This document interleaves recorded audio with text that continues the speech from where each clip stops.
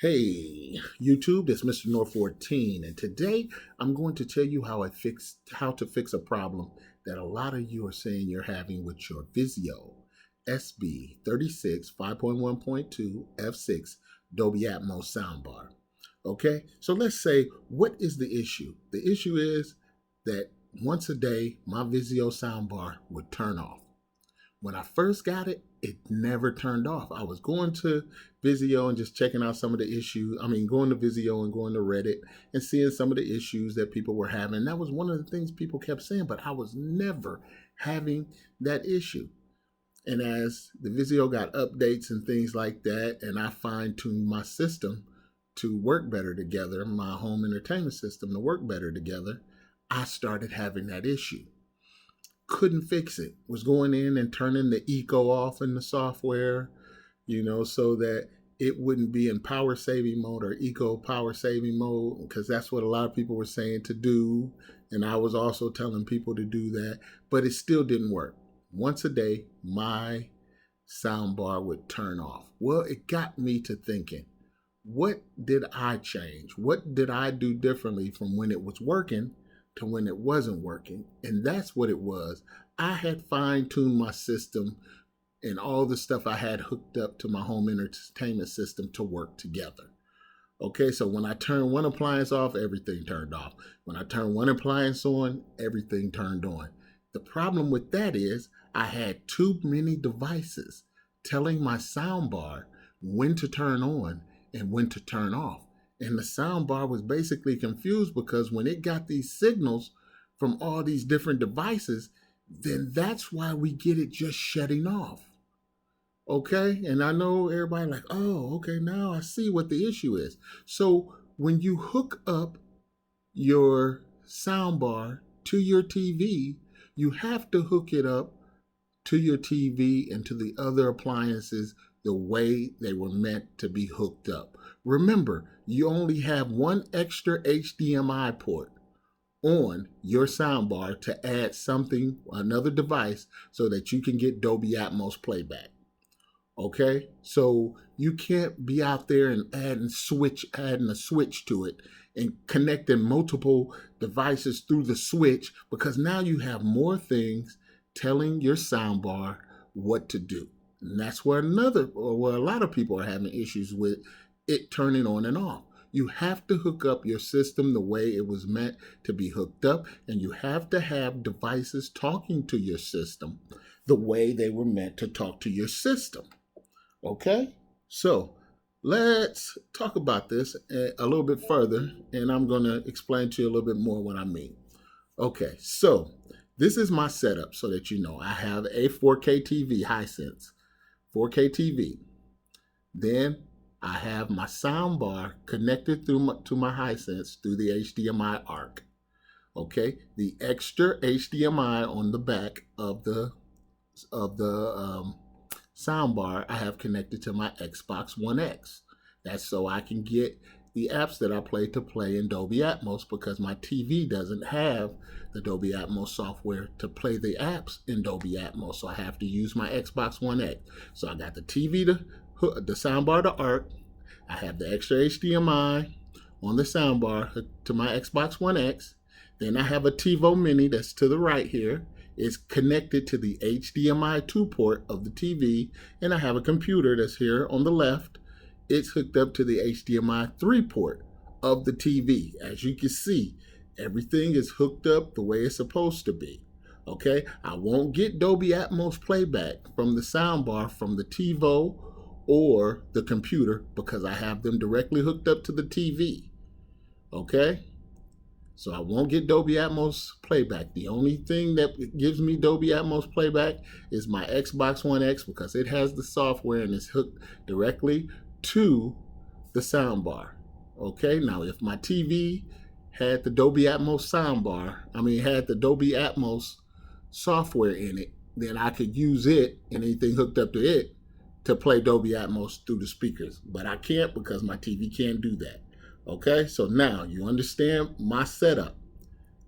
What the issue is that before I had my Xbox telling my system when to turn off and when to turn on. So we're going to go into settings here on the Xbox. This is one of the issues I had. So we're going to go up to general. We're going to go here to TV and display options. Then we're going to go down to device control. Okay. Then we're going to go over here to device power options. Now, this is one of the things that was confusing my soundbar. And at the same time, it was confusing my Xbox because everything was telling everything what to do. So basically, I had my Xbox, when I turned my Xbox on, I had to turn my TV on, I had to turn my TiVo on, and I also had to turn the soundbar, the Vizio Soundbar on. Okay, when I turned my Xbox off, I had to turn off the TV, turn off the TiVo box, turn off the soundbar. You can't have that because it's too many things telling the soundbar what to do. So I had to say, okay, only thing that I want telling my soundbar to do anything is the TV because it's hooked up to the arc of the TV. So I went in and I said, when my Xbox turns on, the only thing I want my Xbox to do is to turn my TV on.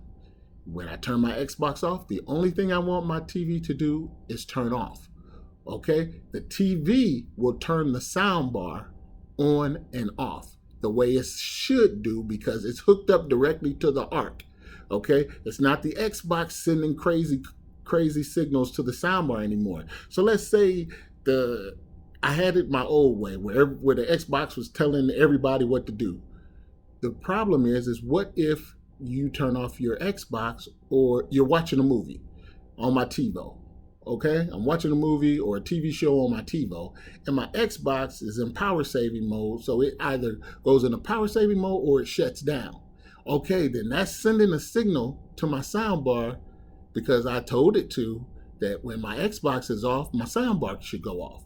And that's why you're getting these things that's happening where your soundbar is shutting off. You have too many things hooked up, telling your soundbar when to turn on and turn off, and the only thing that should be telling your soundbar when to turn on and when to turn off is your TV because it's hooked up to the arc. So when I went in, I said the only thing I want my Xbox doing is turning on and off my TV. And my TV will turn on and off the soundbar the proper way. So I fixed that. Once I fixed that, I didn't have any issues with my TV. And I didn't have any issues with my soundbar for 2 weeks. My thing has not powered down. And the point of it is that that's what the issue was. And another thing you have to make sure is you have to go into your TV. You got to go into your settings and you got to make sure that it is hooked up correctly so that it's not sending crazy things and signals also to your sound card when it does a low power state or anything like that, or when you turn on a different device. So let me show you. So I'm into my settings. I want to go down into my systems. Then I want to go over to control devices, CEC devices. This is the thing that communicates with your soundbar. This is what says that it doesn't matter what device you have hooked up to your soundbar or to your TV. You can use one remote to turn up the volume, turn down the volume, turn it on, turn it off, and mute. Okay, it's a thing that's simplifying all these devices so that you no longer have to take your remote and put in a code to get it to work. Okay, so you want that as simple as possible, okay, when it's in your settings. So when you go in there, and I have a Hisense TV, I'm just talking about a Hisense, I can only tell you what I have. Things are similar, so you can, assume that you'll have these settings in your TV so that you're able to fix this. So anyway, so now I'm in there. It automatically knows that I have the Vizio Soundbar 5.1.2-F6. You can see it right there on the right side. It's noticed it because it says that's connected to the ARC. So what boxes are checked? ARC HDMI 1 and system audio control is checked. Okay, so with these two are checked, that means that my my TV is connected to my soundbar and that it has automatically shut off the speakers of the TV, and it uses the speakers of the soundbar to play sound. Then I have these other things like one-touch play and system standby. What is one-touch play? That's basically saying, so if I have a 4K Blu-ray player hooked up to my system somehow, or my TV, when I press the button on, then it's going to turn everything on.